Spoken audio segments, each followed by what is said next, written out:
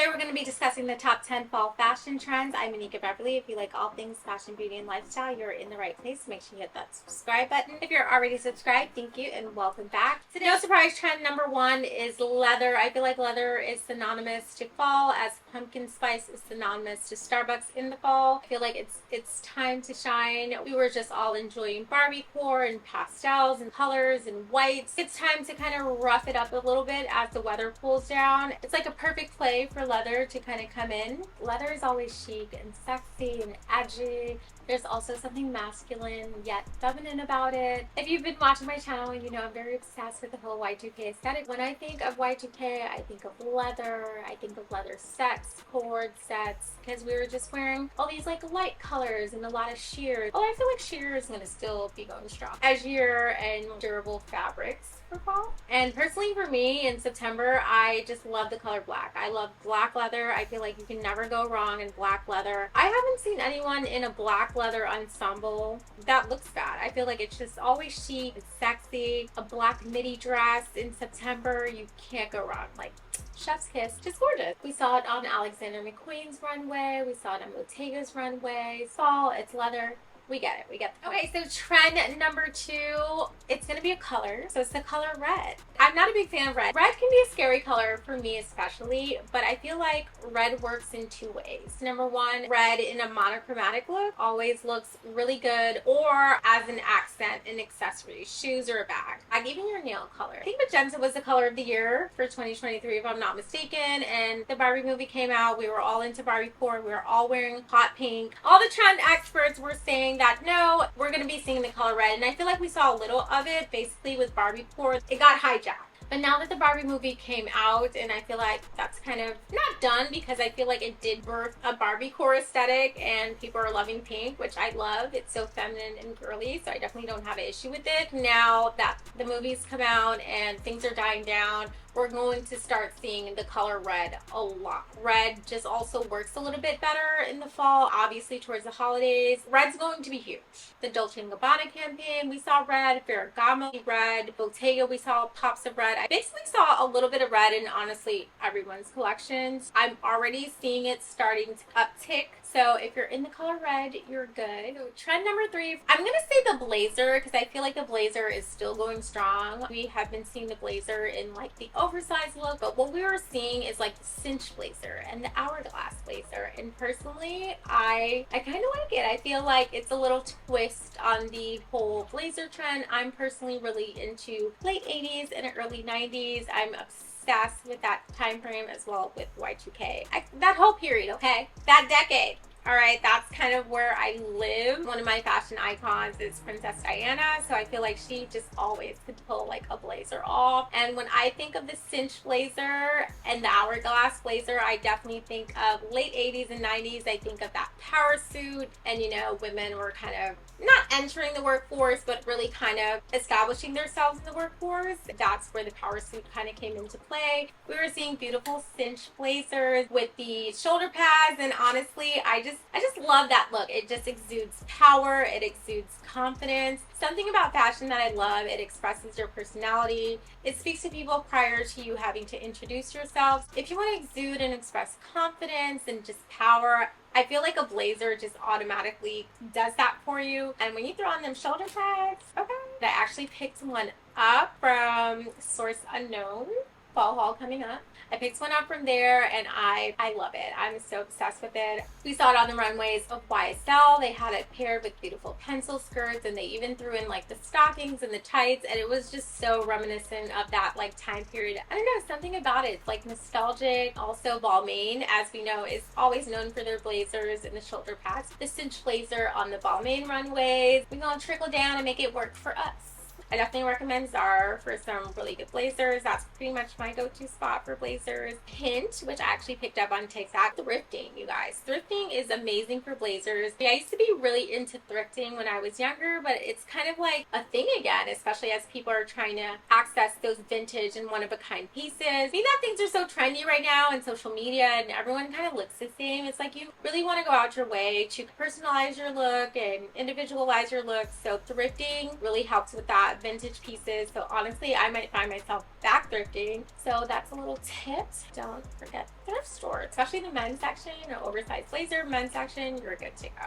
Okay, so trend number 4 is slingbacks. Honey, slingbacks are everywhere. This trend might be over before it started because I'm seeing them everywhere, but honestly, I do not care. I'm obsessed. Kitten heels, that lower heel, fun and feminine. Slingbacks compared to like a typical heel or pump can be worn comfortably during the day, which is another reason why I'm loving them. Something I struggle with sometimes is what shoes to pair with this outfit, but ever since slingbacks have been a thing, I honestly haven't had that issue. The kitten heel, you're able to kind of walk comfortably during the day, but you're still kind of giving that like chic, I'm wearing a pump look, kind of elevates your look. We saw them on YSL, we saw them on Miu, Gucci. Like, I saw slingbacks everywhere. It's already trickled down to our price range. I picked up, I think 2 pairs. I got 2 pairs from H&M. Zara has a lot of slingbacks because I feel like I get to be like sophisticated, but also comfortable with that kitten heel. Again, reminiscent for me of late 80s, early 90s. All right, so trend number 5 is going to be bows. As you know, it's spring and summer. We have been seeing rosettes everywhere. I'm personally enjoying the rosette trend. When I think of flowers and roses, I naturally think of spring and summer. So as we transition to fall and winter and the holidays, I feel like we're going to start seeing more bows. I don't think the rosette trend is going to die down. I feel like it really kind of reached its prime towards the end of the season. People are still flirting with the rosette trend, but what we're going to start seeing is more bows, which I think is fun and flirty. Actually, for my birthday, I wore a cute little mini dress with a huge bow on the back. Honestly, I was a little embarrassed at first. Luckily, the bow is detachable because I'm like, I was actually my fiance. I was like, I'm going to look crazy with this huge bow on the back of my dress. And he was like, I don't know. It also had like little trains. So it was like dramatic. Like, it was that birthday dress, but also I was a little self-conscious kind of walking around. At the same time, it's like, oh, like, yeah, right on trend with the whole kind of bow look. So I feel like we're going to be seeing bows on tops, bows on dresses, especially with the holidays. I feel like it's a perfect time, calling them like kind of like pussycat bows. So yeah, we're going to be seeing bows. Okay, number 6 is tartan. Personally, for me, I just call it plaid, but I guess the politically correct term is tartan. Plaid, okay? We're already starting to see it. I personally always loved plaid. I kind of grew up going to private school for a little bit, stuck in plaid and tartan. I just naturally think of like back to school mode and like plaid and tartan. Especially the holidays, you're going to be seeing a lot of red and plaid, I guarantee you. We saw it on the Zimmerman runway. Obviously, Burberry, that's their whole kind of get-ups. It's nice to see it in different prints and different colors. So naturally, when we think of plaid, we think of just red, but it was coming in like browns and blues. Tartan blazer always looks nice, as well as even like a scarf or a skirt. I feel like that's like a nice way to kind of introduce it into your wardrobe. Tartan and plaid, I think of like royals and royalty. And again, one of my fashion icons is Princess Diana, so you can always catch her wearing like a good, like, honey, she knew how to pull it off. She knew how to pull it off. She just did.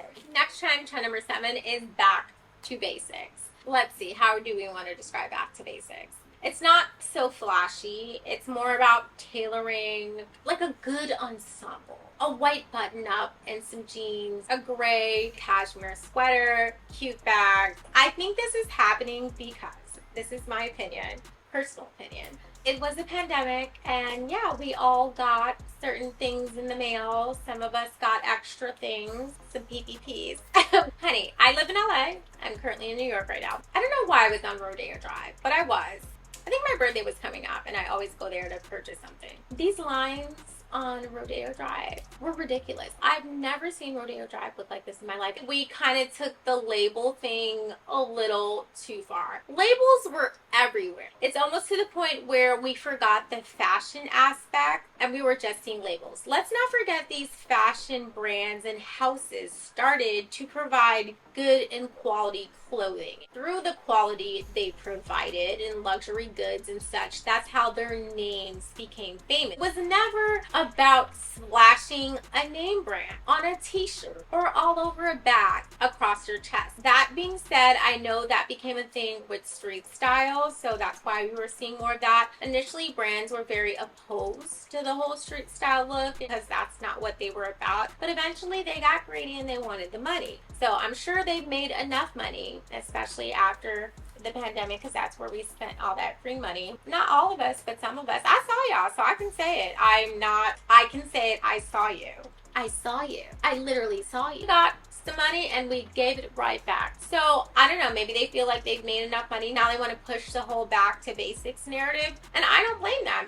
It got to the point where it was just redundant. It was just not even cute anymore. I like the fact that there's more equality now and we all have more access to these brands. I think that's great to see representation because we all want to partake in good quality things. But exactly, it was always about the quality. Don't get me wrong, I love a good monogram back. Maybe I'm a hypocrite, but it just got to the point where it was a little bit excessive. It kind of wasn't fun anymore. Did you put effort into your outfit today, or did you just throw on a Gucci t-shirt or a Balmain t-shirt or a YSL t-shirt? Old money aesthetic, that's also trending right now because it's not so much about being flashy, quite luxury. It's like, I'm not screaming what I'm wearing at you, but I look good, it's tailored, it's put together well, it's structured well. Will you still go purchase the quality pieces from these brands if it doesn't have a logo on it? Okay, so who's into fashion now? A testament to the true fashion lovers. More about structure and tailoring and quality and putting a good ensemble together and looking chic without screaming at you. Alright, so trend number 8 is going to be metallics. Metallics are actually going to carry on from spring and summer, and we're still going to be seeing them into the fall and winter. They're synonymous with like the Y2K aesthetic. Feel holidays is when you kind of see metallics shine as well. If you haven't hopped on the metallic bandwagon, I definitely suggest you do. You still have time to do it. It's just fun.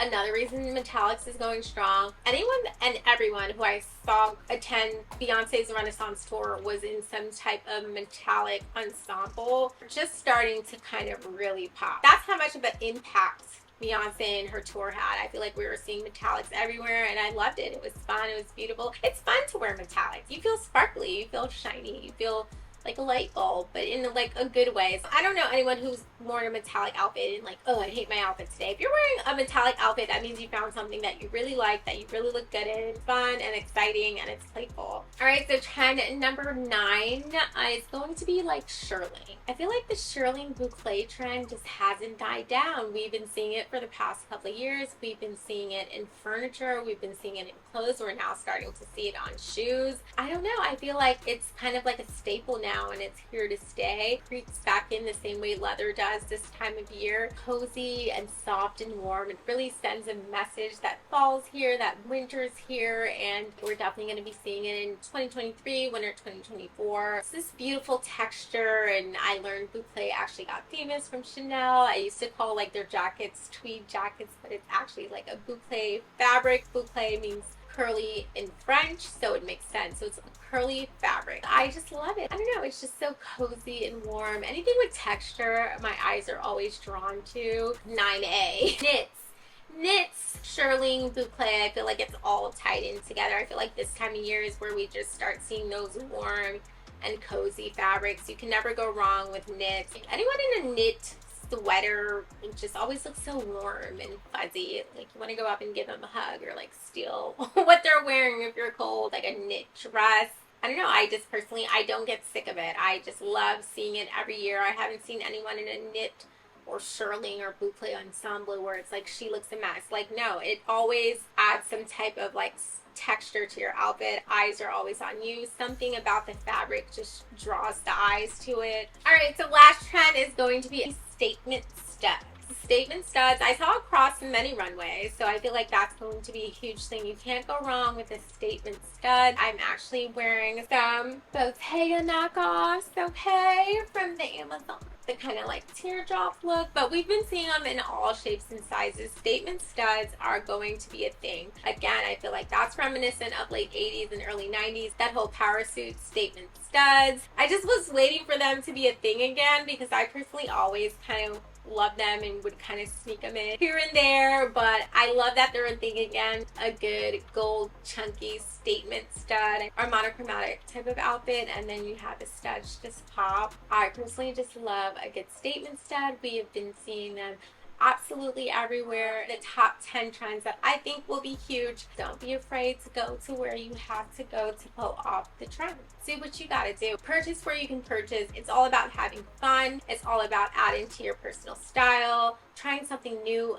thinking outside the box. Don't think you have to try every single one of these trends. Pick out 1, 2, or 3 and see if they work for you. It's a way for you to spend money too, so be careful. That's what I'm saying. I feel like pressure to pull off every trend, do what works for you, and at the end of the day, wear what you want to wear what makes you feel happy, and wear what makes you feel confident. Fashion's about fun. It's about expressing yourself without having to say a word, and trends are just a way to kind of revamp your wardrobe and try something new. And don't view me and try to pull off all these said trends. I will. Speaking of, follow me on my social medias. It's Manika Beverly on IG, TikTok, Twitter, Threads now. I'm having so much fun on Threads. Are you guys on Threads? I'm literally having so much fun. Anyways, tangent. I go off on tangents. So that was all the trends that I had for you today. The huge into the 2023-24 season. Comment below. Let me know what you think. What trend will you be trying? Is there a trend you think that I left out? Subscribe if you're not subscribed already. Thumbs up these videos. That's great feedback for me. That lets me know you enjoy these type of videos. Thank you again for watching today. I will see you guys next time. Bye!